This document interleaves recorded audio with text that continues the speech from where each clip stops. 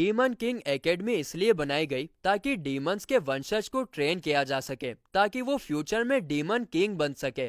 Demon king 2000 साल पहले मर चुका था। ऐसा कहा जाता है कि इस साल वो वापस जन्म लेगा। इस साल जो क्लास आने वाली है उसमें डीमंस के वंशज भी इंक्लूड हैं और शायद इन्हीं में डीमन किंग वापस जन्म लेगा। अगर ऐसा हुआ तो डीमन रेस के लिए ये काफी खुशी की बात है। ये बात हम कुछ गिने चुने स्टूडेंट्स को डीमन किंग एकेडमी के इनविटेशन लेटर में पढ़ते हुए देखते हैं, जो उन्हें एक उल्लू ने दिया था।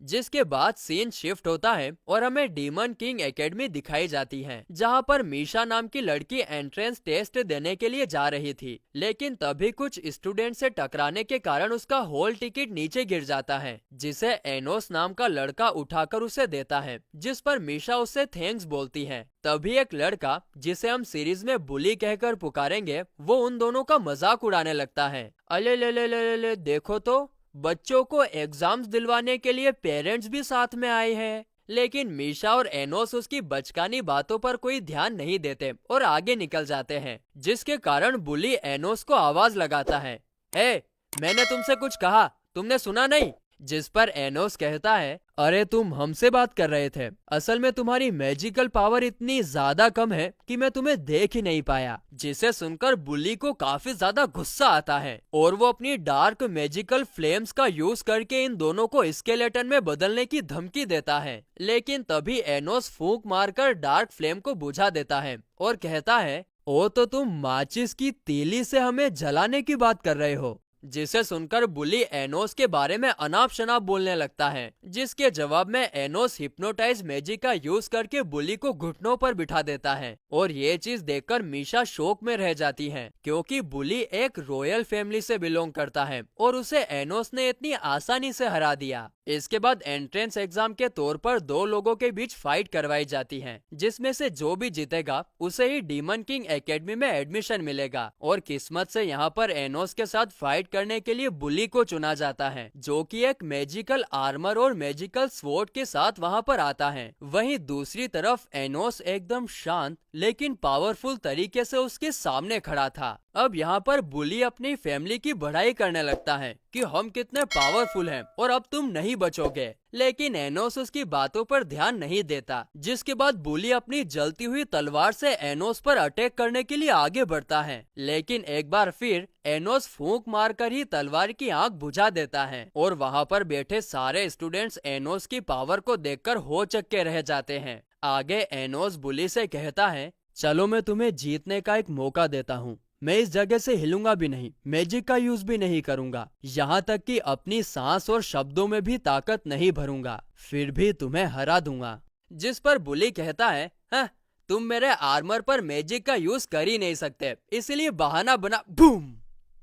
वो आगे कुछ कह पाता उससे पहले ही कोई अनजान फोर्स उसे एक घुसंड दे मारती है, जिसके कारण उसके पूरे शरीर में से खून निकलने लग जाता है और वो पूरे तरीके से लहूलुहान हो जाता है। ये तुमने क्या किया? जिसके जवाब में एनोस बोलता है, तुम्हें मेरी हार्ट बीट फील हो रही है? दरअसल यहाँ पर एनोस ने खाली अपनी हार्ट बीट से उसको धराशायी कर दिया था। जिसके बाद बुली उस घायल हालत में बोलता है, मुझे पता है, अब तुम मैजिक से जबरदस्ती मुझसे हार मनवाओगे।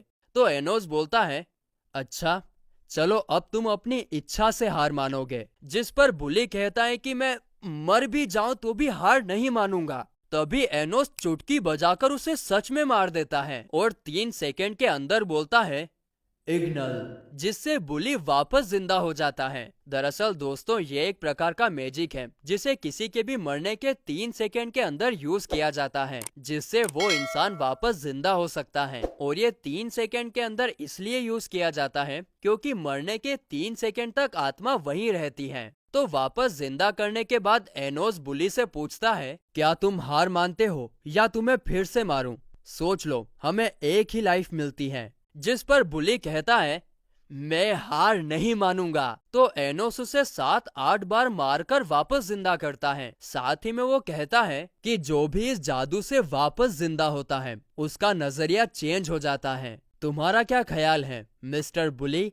सरप्राइजिंगली बुली हार मान लेता है। दोस्तों ऐसा इसलिए हुआ क्योंकि उसने पहली बार मौत को बहुत करीब से देखा था। उसने रियल डर को देखा था और इसीलिए उसका नजरिया चेंज हो गया था। और दोस्तों इस तरह एनोस उसे बिना जबरदस्ती किए हार मनवा लेता है। जिसके बाद मैजिकल असेसमेंट टेस्ट के दौरान जहां पर दूसरे स्टूडेंट्स के स्कोर 200 से 300 के बीच आ रहे थे, वहीं पर मीशा का स्कोर 1 लाख के ऊपर आता है। और एनोस का तो पूछो ही मत, उसकी पावर इतनी ज्यादा थी कि जो क्रिस्टल मैजिक कैलकुलेट कर रहा था वही ब्लास्ट हो जाता है। इसके बाद एप्टीट्यूड टेस्ट में भी मीशा और एनोस काफी आसानी से पास हो जाते हैं।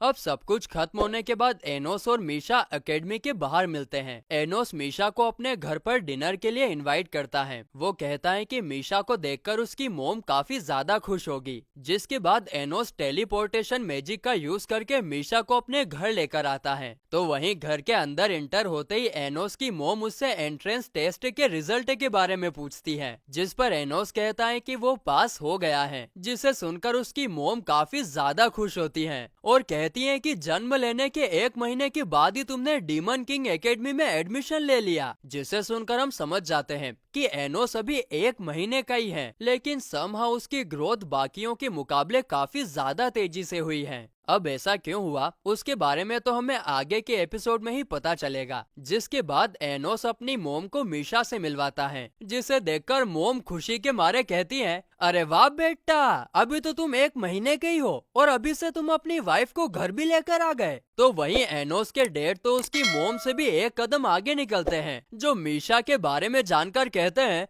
ये हुई ना मर्दों वाली बात बेटा। अरे तेरी तो कैसे माँ बाप है रहे, पर जो भी है एकदम मस्त है। हाँ, इसके बाद सब लोग डिनर के लिए बैठते हैं और इस दौरान एनोस की मोम एकदम से सीरियस होकर टिपिकल इंडियन पेरेंट्स की तरह मीशा से पूछती है कि तुम्हें मेरे बेटे में क्या पसंद आया। जिस पर मीशा कहती है, आपके बेटे ने मेरे साथ काफी अच्छा बर्ताव किया। जिसे सुनकर उसकी मोम काफी ज्यादा खुश होती है कि मेरा लाडला बेटा तो है ही इतना अच्छा। उसके बाद वो उन दोनों से पूछती है कि तुम दोनों में से किसने सबसे पहले बात चालू की। जिस पर एनोस कहता है कि वो मैं था जिसने मीशा को सबसे पहले एकेडमी के बाहर अप्रोच किया था। अब डिनर खत्म होने के बाद एनोस मीशा को उसके घर छोड़ने के लिए जाता है और बात करने के दौरान एनोस मीशा से उसके मॉम डैड के बारे में पूछता है। मीशा बोलती है, वो मेरे साथ ज्यादा नहीं रहते, मेरी बहन के साथ रहते हैं और मेरी बहन के साथ भी मेरी नहीं बनती। तुम्हारा चेहरा देख के लग रहा है कि तुम्हें मेरे लिए बुरा लग रहा है। एनोस बोलता है, हाँ थोड़ा सा। तो मीशा बोलती है, तुम्हारा दिल बहुत अच्छा है। जिसके जवाब में एनोस बोलता है, किसका, मेरा?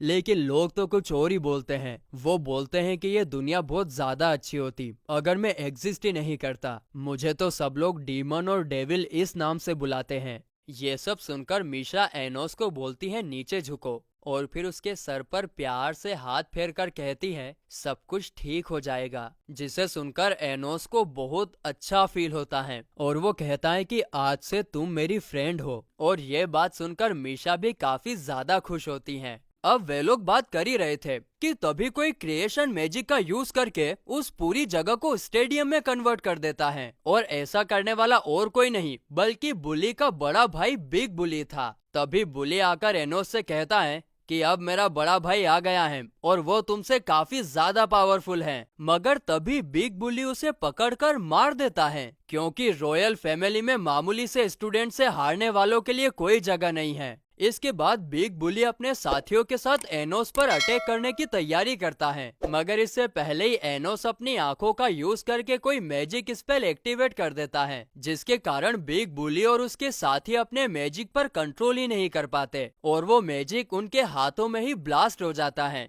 अब ये सब देखकर तो बिग बुली को समझ जाना चाहिए था कि एनोस उससे काफी ज्यादा पावरफुल है, लेकिन नहीं, वो होशियार बनता है और कहता है, रुको, मैं अपने पूर्वजों द्वारा दिया गया पावरफुल मैजिक यूज करता हूँ। जिसके बाद वो ओरिजिन मैजिक नाम का फॉरबिडन मैजिक यूज करके एनोस और मीशा पर अटैक करता है। लेकिन जब मैजिक का असर खत्म होता है तो बिग बुली की आंखें फटी की फटी रह जाती हैं, क्योंकि एनोस और मीशा को एक खरोच तक नहीं आई थी। और इसका कारण बताते हुए एनोस कहता है, अबे बुड़बक, ये मैजिक मैंने ही क्रिएट किया है, तो ये मेरे को कोई नुकसान नहीं पहुंचा सकता। जिसके बाद एनोस बुली को एक ज़ोंबी के रूप में वापस जिंदा कर देता है और जिंदा होते ही बुली बिग बुली पर अटैक करने के लिए जाता है। तुमने मुझे क्यों मारा? मारबो, शैतान राजा के मारबो, आज तोरो रोक तो बांध कर बो। दोस्तों, यहाँ पर उसको इतना गुस्सा इसलिए आ रहा था क्योंकि उसके भाई ने ईगो में आकर उसको मार डाला था कि रॉयल फैमिली वाले कभी हार नहीं सकते, मतलब कि वो उसका भाई भी तो है, ये भी तो देखना चाहिए उसको। अब ये सब देखकर बिग बुली उसके ऊपर अपने मैजिक का यूज करने की कोशिश करता है, लेकिन अब ज़ोंबी के रूप में बुली अपने बड़े भाई से काफी ज्यादा पावरफुल हो गया था और इसीलिए वो उसके हमले को काफी आसानी से रोक लेता है। आगे एनोस बिग बुली से कहता है कि तुम्हारा भाई अब काफी ज्यादा पावरफुल हो गया है, तुम उसके साथ मिल जाओ और फिर तुम दोनों मुझसे आसानी से लड़ पाओगे। लेकिन बिग बुली मना कर देता है क्योंकि वो ज़ोंबी बुली पर विश्वास नहीं कर सकता, जिस पर एनोस कहता है कि यही तो टाइम होता है जब हमें अपनों के लिए खड़ा होना चाहिए, जब वो सफर कर रहे हो, हर्ट हो रहे हो। तुम दोनों भाई हो, अगर तुम उसका नाम प्यार से लोगे तो वो जरूर तुम्हारी बात सुनेगा। लेकिन बिग बुली उसकी एक नहीं सुनता क्योंकि उसे 1% विश्वास नहीं हो रहा था और जब बुली उसके ऊपर अटैक करने ही वाला था कि तभी वो अपने छोटे भाई का नाम ले लेता है, लेकिन इससे कुछ नहीं होता और वहाँ पर एक काफी बड़ा धमाका होता है। इस धमाके के कारण दोनों भाई अब पत्थर में बदल चुके थे।